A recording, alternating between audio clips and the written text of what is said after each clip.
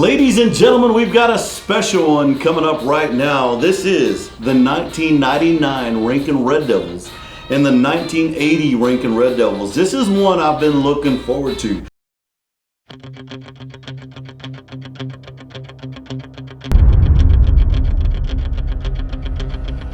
Now this 99 group, they've made their own forum, they're talking about it, they've released their own top 10. And I got to talk to some kids like Nathan a little bit about this, his brother Aaron. Mr. De La Paz has kind of reached out over here, and I know some of the other guys are talking about it. My own brother Jeremy Armendariz, he's got his opinion on this. And now this 99 group, one of the better groups that came through Rankin, we talked about special groups, and I could see why they're talking about themselves so much, and they're bringing this to our attention. This was a really good group. This was another quarterfinal group, and they would lose to the eventual state champions. But let's talk about the tale of the tape. Let's talk about the 1999 Rankin Red Devils. This is a team that went 10-3. They beat Forsan 18-14. They beat Marfa 42-22. They beat Fort Davis 22-14. They did lose to Iran 0-27. And in a heartbreaker, I remember coming back and watching this game. Rankin would lose to Brunt 6-21. And I remember being in the concession stand line at halftime. And there's this Brunt farmer, and he sees me in my Red Devil hat, Red Devil shirt. And he leans over to the guy next to him and he's like, "You see those sprints that our boys are doing out there? It's just like they're running sprints at practice." Oh, that got into my craw. It has stuck with me. All these years later, I'm still irritated by it, but it's just another reason to love the game. Brunt did win 6-21. Rankin beat Cristobal 35-27. Rankin beat McCamey for the Upton County Championship 20-0. Rankin beat Garden City 40-0. Rankin beat Wink 27-7. Rankin beat Fort Hancock 55-6. Now starts the playoffs. Rankin faces off with Anton. They win a close one, 28-21 in area. Then they play Nazareth. They win that game, and that was a very close, very good game. I only got to read the newspaper articles about a week later. They mailed them to me, and it was 7-0 regional round matchup. Then they faced off with Wheeler, and it was 7-21, and I still believe to this day this team had what it took to beat them. It was a really good ball club. They played their hearts out, don't have to hang their head for anybody. Wheeler would lose the next week in the semifinals 12-31 to Aspermont, and Wheeler ended that year 13-1. But let's talk about this really great Rankin football team and some of the people on here. We're going to talk about kids like Kevin McSpadden. Kevin McSpadden went on, did great things out there after high school. We got Zach Iskra, we got Brian Hill, Dustin Ratliff, Carlos Houton, Bobby De La Pina, Stephen De La Pina, Alex De La Paz, Brandon Brown. You've got Coach Spivey, Coach Lane. You've got, head coach Mickey Owens out there. Davey Mackinac, Skylar Dushek, Carlos Cura, Willie Bautista, Marcus Hoffman, Edgar Huerta, Arturo Jimenez, Chris Mendez.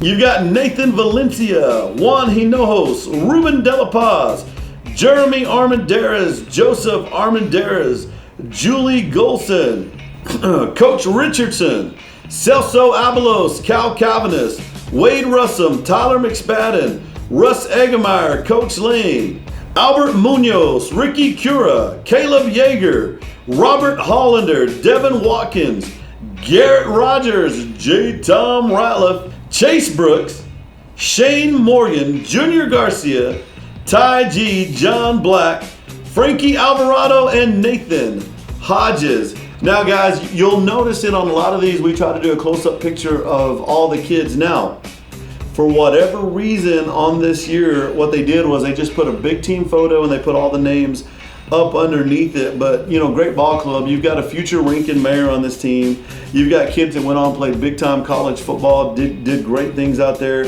This is a really good class. I would have loved to have got an interview with somebody who could talk about this group a little bit, the 99 Rankin Red Devils. But instead what we're going to do is we're going to show you some of the photos of this year. You've got the Rankin kids holding up the football, holding it high under Coach Mickey Owens. You had a couple kids that got all Permian Basin that year. They were Ruben De La Paz, Brian Hill. You had the MVP, Chris Mendez. And on the All-West Texas Super Team was Chris Mendez and Willie Batista. Kids taking honors on that team that year were Carlos Cura, Zach Iskra, Ruben De La Paz, Jeremy Armendariz, Willie Batista. You had kids like Brandon Brown, Ruben De La Paz, Brian Hill, again Bobby De La Pena, Dustin Ratliff, Zach Iskra, Skylar Duchette, and Marcus Hoffman. Really great group, for you annual staffs out there. Let's try to individualize it a little bit and put photos and names on these kids so that, someday when some chubby guy with a crazy mustache comes out here trying to do a little bit of a throwback to the past, we can put them kids up here. Good football team. They had almost a cursive looking number on their uniform.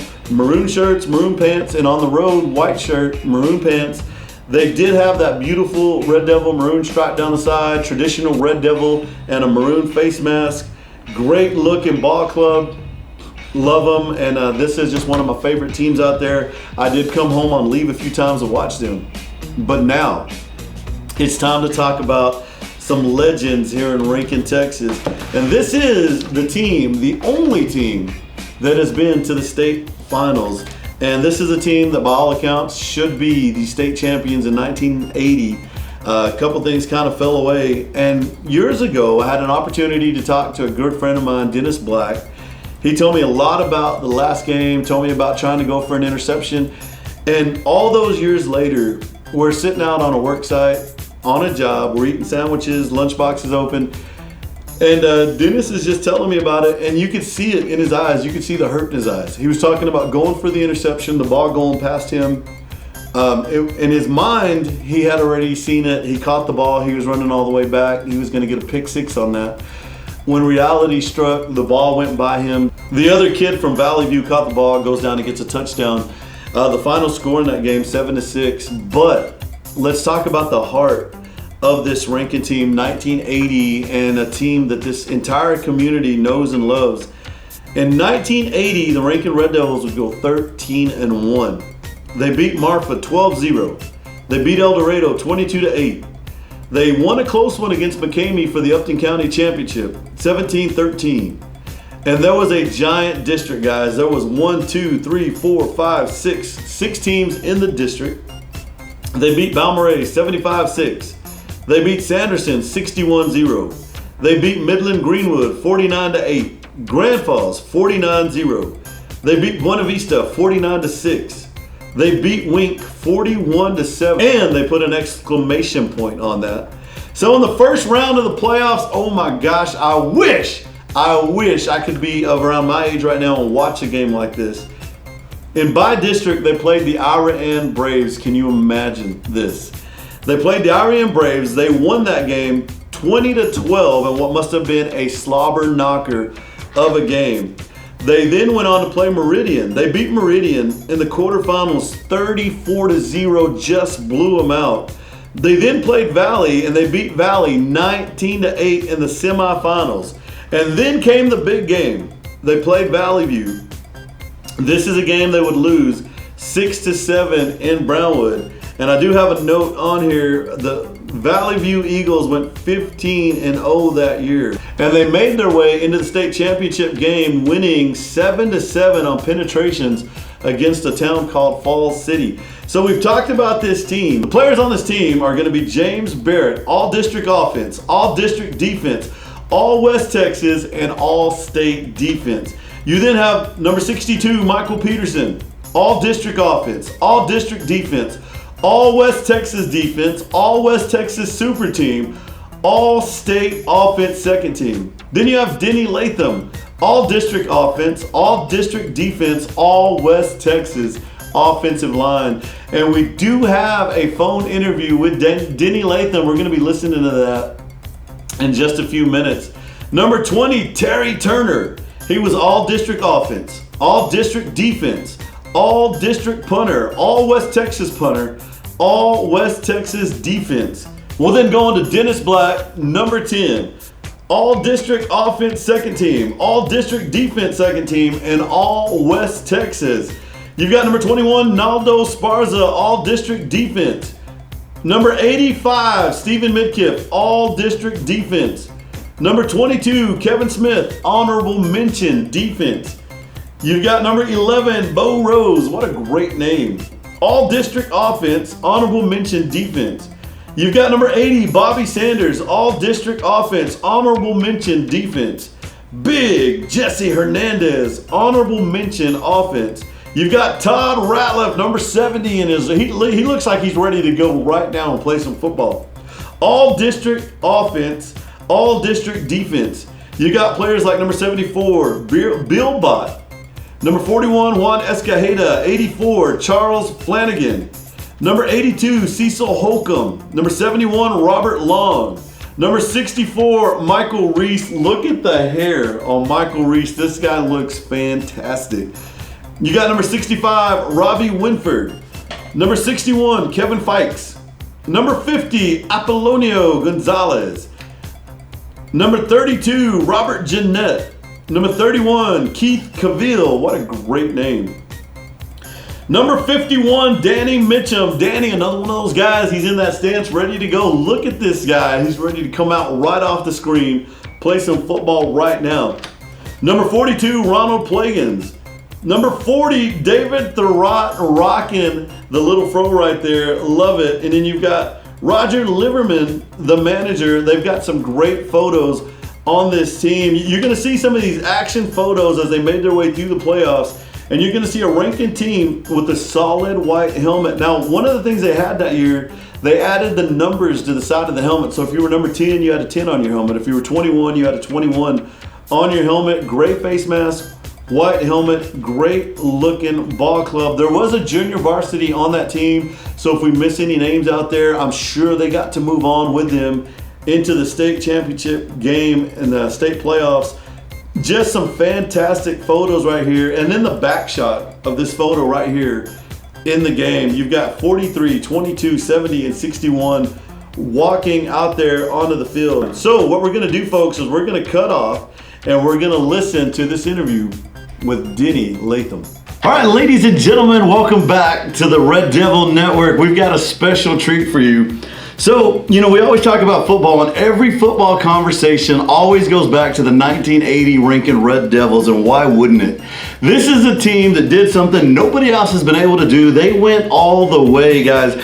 And I'm telling you, this was in an era when only the best team in your district could go on to the playoffs.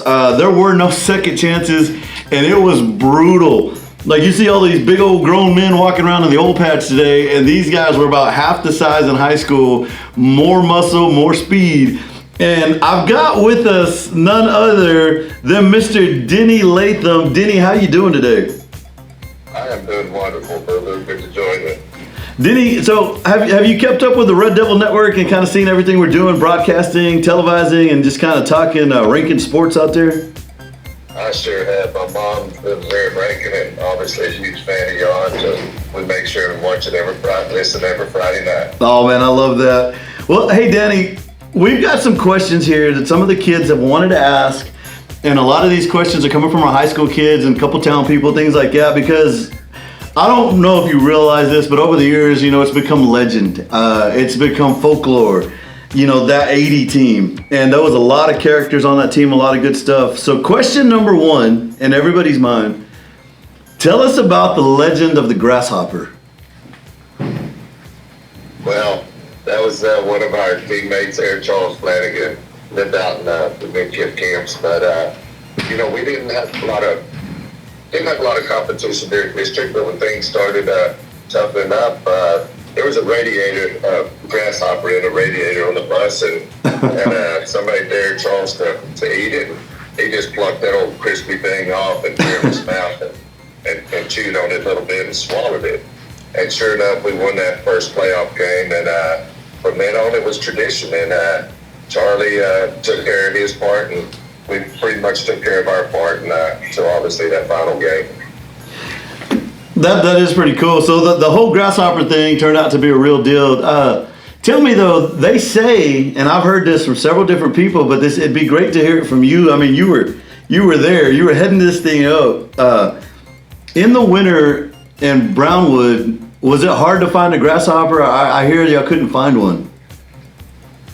You know what? We would have traveled 200 miles to find that grasshopper. So may not have been one in Brownwood, but we would either find one or bring one with us. It didn't matter how long it's been dead. I got you.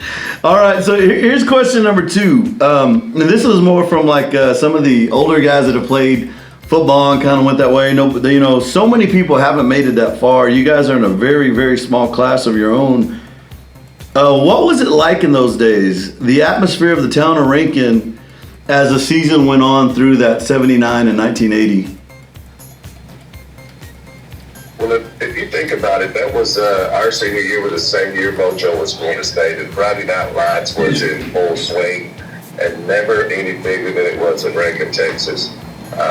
Those folks are proud today, but believe me, 20, 30, 40 years ago, they were the best bands in the world, just like they are today.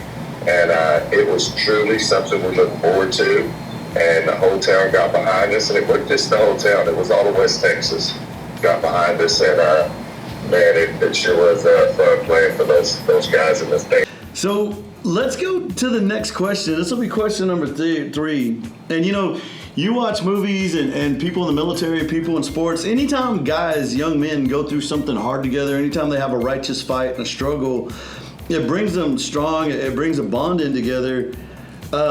When you look back and you remember that 1980 team, what do you miss most about them? I tell you what, guys, we probably had the best camaraderie of any year, 2 years, 3 years I've been around, and that doesn't matter college, that's work life, that's, I mean, those guys, you know, those guys I still hang around with today, and we still communicate. It was truly the most bonding thing, but we grew up together, you know, in the small town of Rankin, and we played sports together since we were 5, 6 years old, so that camaraderie just really got cemented by that state playoff run our senior year. So Denny, I always like to, when I do sports questions and things like that, I always like to throw like a little funny loophole thing in there. But let's say that somebody just showed up one day and you had a time machine and you got 5 minutes at halftime. Like the 5 minutes of this interview, you got 5 minutes at halftime and you got to go back in the locker room and tell that team anything, you know, that you wanted to say. What would you say to that group? You know what, I'll tell you the same thing that Coach Turner and Coach Myers and Coach Anderson and those guys told us. This is going to be a moment you remember the rest of your life. And so make sure that there is not one play, 1 minute, one anything that you ever don't know 100%, because you won't know regrets. I mean, we've lost a lot of our teammates since then, you know, 2/3 of our offensive line and probably the best running back.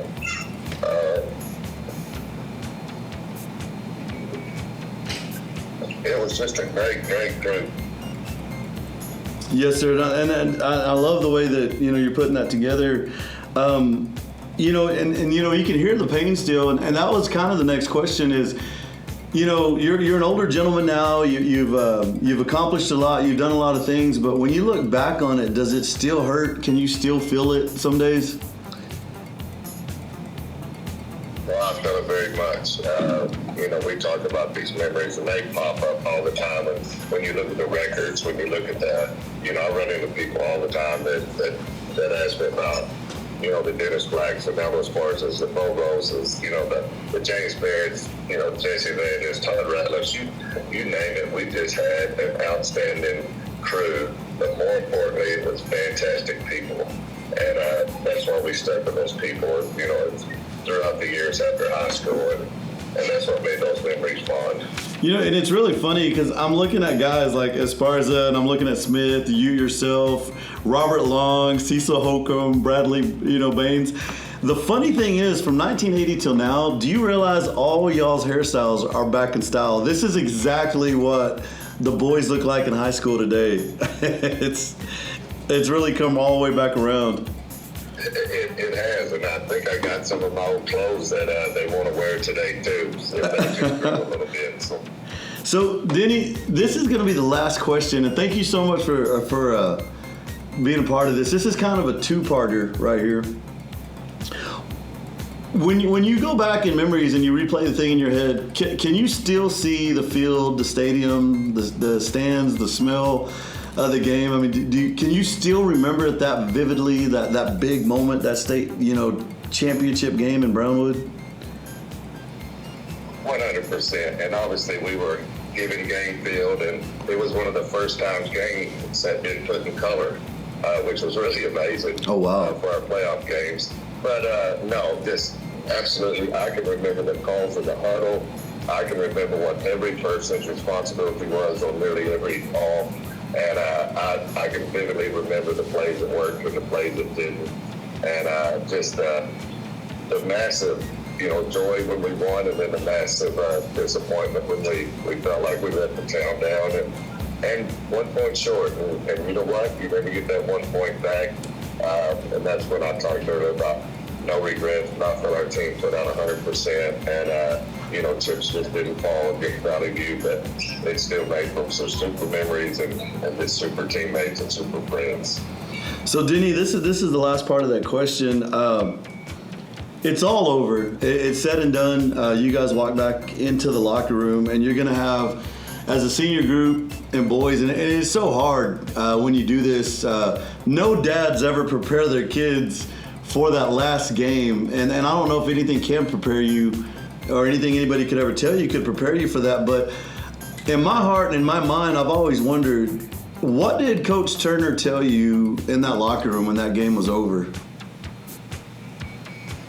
You know what, Coach Turner was as hard as steel. He was a Lou Holtz, but he was hard, but he had a great heart. And then we had again, Willie Myers, we had the young Henry Anderson, Coach Anderson, one of the greatest coaches ever.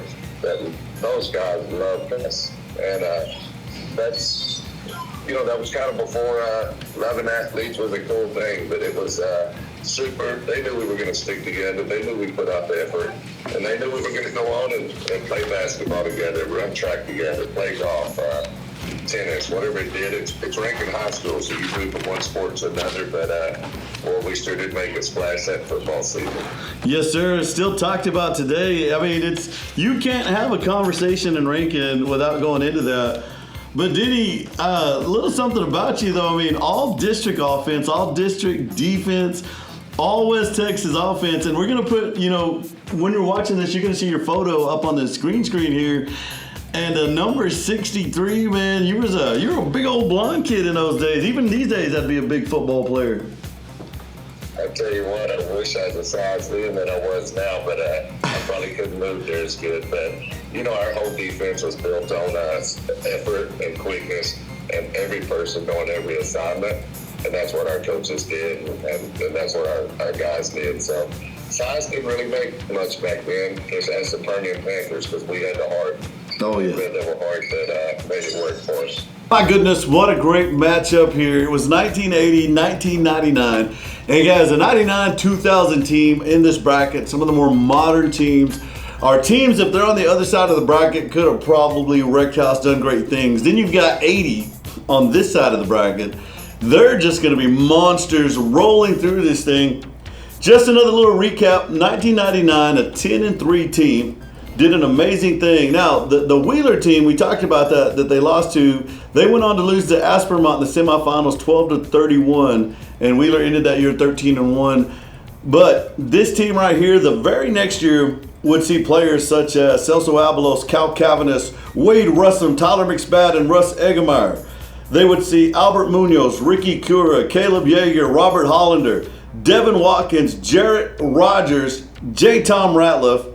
They would see Chase Brooks, Shane Morgan, Junior Garcia, Ty G, John Black, Frankie Alvarado, and Nathan Hodges. It's going to be a reload into the next season. So what a fantastic matchup we just had on this. The loser out of the 99 and 80 team has nothing to hang their head about. You've definitely been in there, worked hard, hung in there with the best, and hey, you're in the greatest bracket that there is. But there does have to be a winner. There does have to be a loser.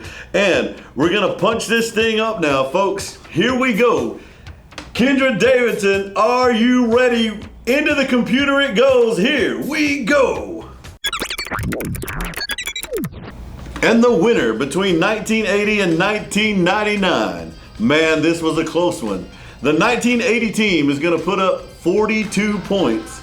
And the 1999 team, 35 points, guys. It went down to the wire. You can just imagine that 80 defense holding back that 99 team as they're going down the field. It probably went down to the 5-yard line. 3 seconds on the clock. Everybody holding their breath in Red Devil style. Not a seat was filled. Everybody on their toes watching this game. What a fantastic game. And now we say goodbye to the 99 Rankin Red Devils.